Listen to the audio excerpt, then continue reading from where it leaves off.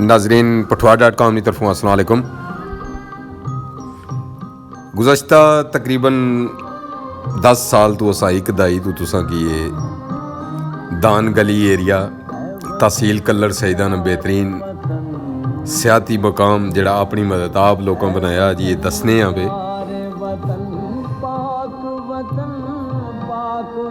हूँ तुसा की दसने की ज़रूरत इस वास्ते पेश आई। पहले असा सैकड़ा दफ़ा यानी कई 100 दफ़ा दसी चुके हैं कि बड़ा खूबसूरत और बड़ा अच्छा इलाका है, बड़ा पुरसकून इलाका है। अगर इस इलाके में विजिटिंग पॉइंट हो जाए वो इस मारियों कि वज़ीर आज़म पाकिस्तान इमरान खान है विजन है कि टूरिज़म की बूस्ट किया जासी और इसने नाल नाल ये जड़ा साड़ा इलाका है अगर इसकी भी शामिल किया जाए। तहसील कल्लर सईदा ना बड़ा खूबसूरत जगह है, नेचुरली जगह है।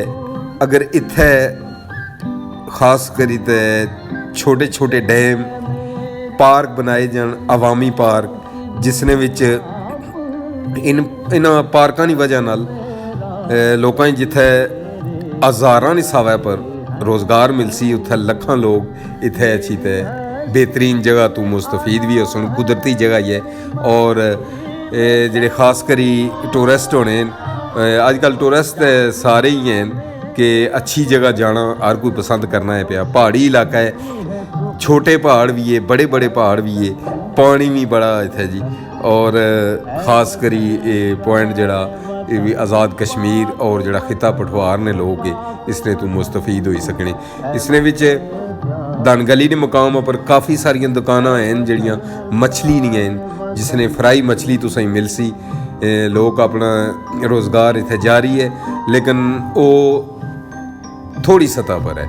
अगर इसने ज़्यादा मेहनत भी की जाए और ज़्यादा दुकाना भी होन और ख़ास करी पार्क है जड़ा चेयर लिफ्ट भी इत्थे बहु अच्छी जगह है जिथे चेयर लिफ्ट भी लाई जानी है। सिर्फ इत्थे बर्फ नहीं पैनी है तो बाकी तकरीबन 2 महीने सर्दियां ने कड्डी तो पूरी मैं तो दसने सर्दियां ही नहीं तो इत्थे हरा भरा हर तरफ सब्ज़ा ही होना है। बड़ी खूबसूरत खूबसूरत जगह बड़े खूबसूरत पहाड़ है और हर पहाड़ ना अपना एक हुसन है। तो गुजारिश करसा पाकिस्तान तहरीक इंसाफ वाले ने दोस्तों अगे कि तुसा हुण इस सिलसिले में थोड़ी जी मेहनत करसो। अगर इत्थे ये विजिटिंग पॉइंट बनी गए तो रोज़गार ने इत्थे ढेर लई जा सन तो नाल नाल जेडे टूरिस्ट हैं या जिहड़ियां फैमिलियां हैं वो भी इसने तो मुस्तफीद हो जा सन जी। तो उम्मीद ही रखी सकने हैं जी कि अगर इत्थे सिलसिला शुरू किया जाए काफ़ी अरसे तो दसने हैं पे साढ़े साबका वज़ीर आज़म मोहतरम शहीद खाकान अब्बासी साहब 35 साल लाए तो उन्हें कोशिश की थी कि मरी की टूरिस्ट पॉइंट बनी है।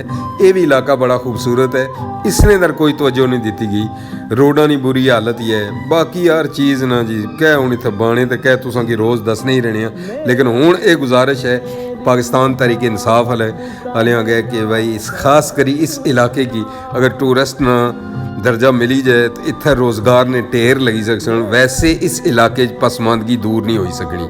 कोशिश अस अपने तौर पर करने कि कंटेनर में बहीते या कश्तियां बहीते यूरोप जाइए अपने हालात बदलीए। उसने भी काफ़ी सारे साड़ियाँ जाना ना ज़िया हो ही चुकिया तो ये सिलसिला जारी रहसी जी।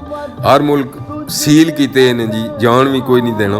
तो अगर अस अपने मुल्क साढ़े इतनी अल्लाह ताला ने ज़ात खूबसूरती भी दी, अगर अस ये सिलसिला एक शुरू करिए कि इसकी विजिटिंग पॉइंट बनी है, हर चीज़ इत्थे अच्छी सकनी है, हर चीज़ इत्थे बनी सकनी है जी। तो उम्मीद रखने हैं भाई जी हूँ कि इंशाल्लाह ये जड़ा तुसां नाले सिलसिला असां आगाही ने शुरू किया है जारी रहसी। तो हूँ इस उम्मीद नाल कि अल्लाह ताला इस इलाके पर भी करम करे जी।